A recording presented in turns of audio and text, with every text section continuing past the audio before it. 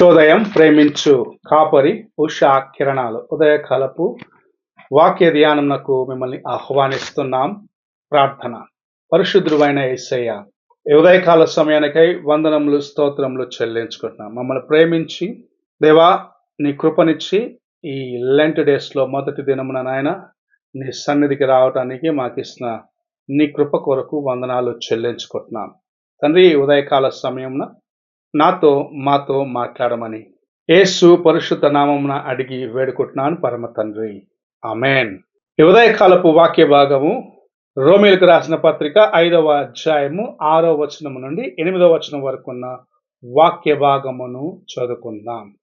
ఏలయనగా మనం ఇంకా బలహీనులమై ఉండగా క్రీస్తు యుక్త కాలమున భక్తిహీనుల కొరకు చనిపోయెను. నీతిమంతుని కొరకు సహితము ఒకడు చనిపోవుట అరుదు.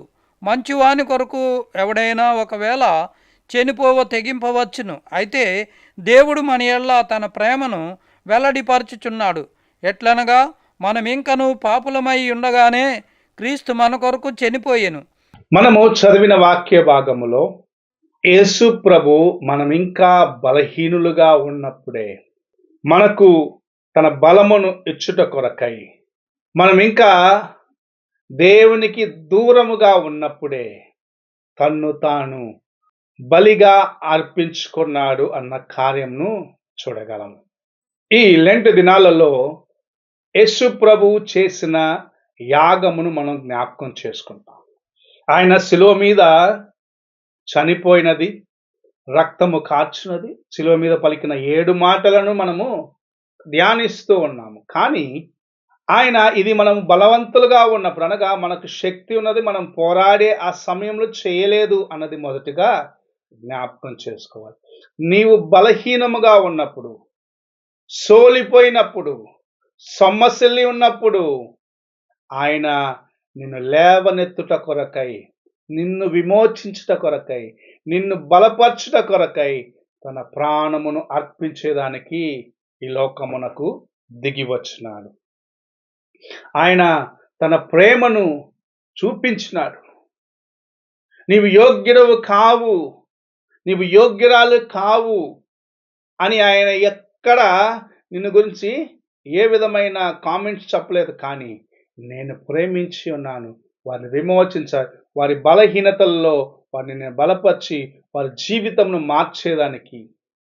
వారు పరిశుద్ధులు కాదు, వారు నీతిమంతులు కాదు, వారు ఇంకా పాపములో నాకు దూరముగా ఉన్నప్పుడే ఈ కార్యమును చేస్తానని ప్రభు అయిన యేసుక్రీస్తు ఈ లోకమునకు యుక్త కాలమున దిగి వచ్చిన కార్యమును మనము జ్ఞాపకం చేసుకోవాలి.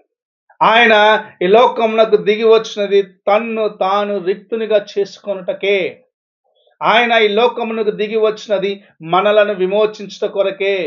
ఆయన మన పట్ల కలిగి ఉన్న ప్రేమ అంత ఉన్నతమై ఉన్నది.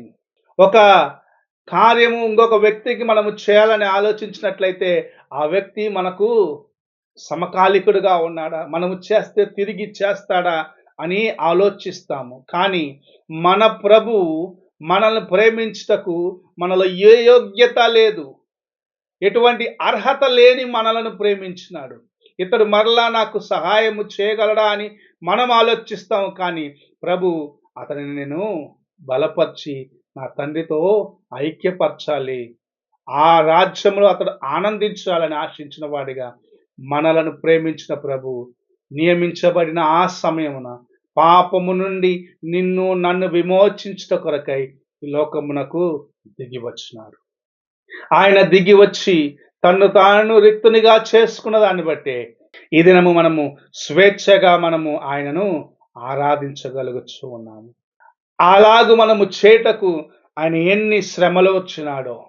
ఆయన వీపు దున్నబడినది, ఆయన తలలో ముళ్ళ మకుటము ఉంచబడినది, ఆయన చేతుల్లో కాల్లో ఆయన ప్రక్కలో గాయములు పొందినాడు.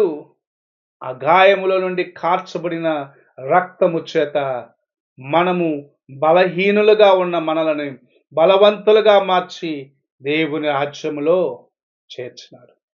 మనం ఇంకా అవిధేయులుగా ఉన్నప్పుడే మనల్ని క్షమించి దేవుని రాజ్యంలోకి చేర్చినాడు. మనము సోలిపోయినప్పుడు మనం లేవనెత్తినాడు.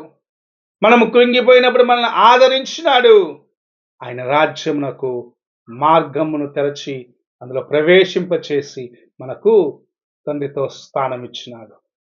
ఆ ప్రేమను మనము జ్ఞాపకము చేసుకుంటూ, ఆయన మన కోసము చేసిన యాగమును జ్ఞాపకం చేసుకుంటూ, మన హృదయములో ఇంకా ఎక్కడ దేవునికి దూరముగా ఉన్నామన్న కార్యములను పరీక్షించుకుంటూ, వాటిని సరిచేసుకొని దేవునికి సమీపించడానికి ప్రయత్నిద్దాం.